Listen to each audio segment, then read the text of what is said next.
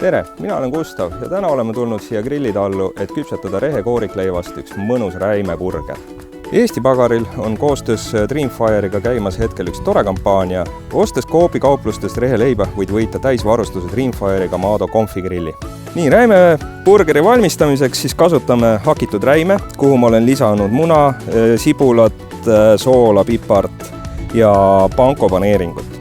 Siia veel paneme juurde koriandrit, niimoodi mõnusalt, tilli kohe ohtralt, sellepärast et kala ja till on alati sõbrad olnud, murulauku ja rohelist sibulat. Ja nüüd see kõik asi tuleb kokku segada ja vormime sellest ilusa pihvi ning paneme selle kuuma grilli peale.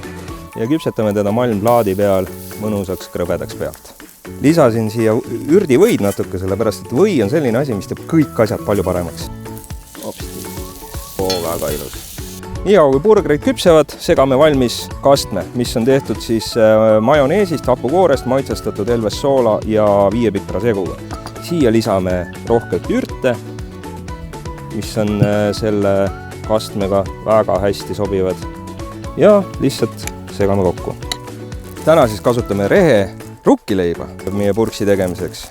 Paneme sellise mõnusa ürdivõi neile peale ja paneme grilli, kus nad saavad mõnusa krõbeda kooriku omale peale. Kala ja sibul on alati sõbrad, siis paneme mõned sibulakettad ka siia praadima veel. Nii, vaatame, kuidas meie asjad küpsevad. No, paistab väga ilus olevat.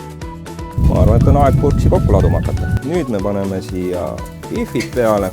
Nagu ma enne ütlesin, kala ja sibul on suured sõbrad. Kastetud julgelt panna. Ja siis paneme teised leiva poole peale. Ja siin meie räimepurks ongi.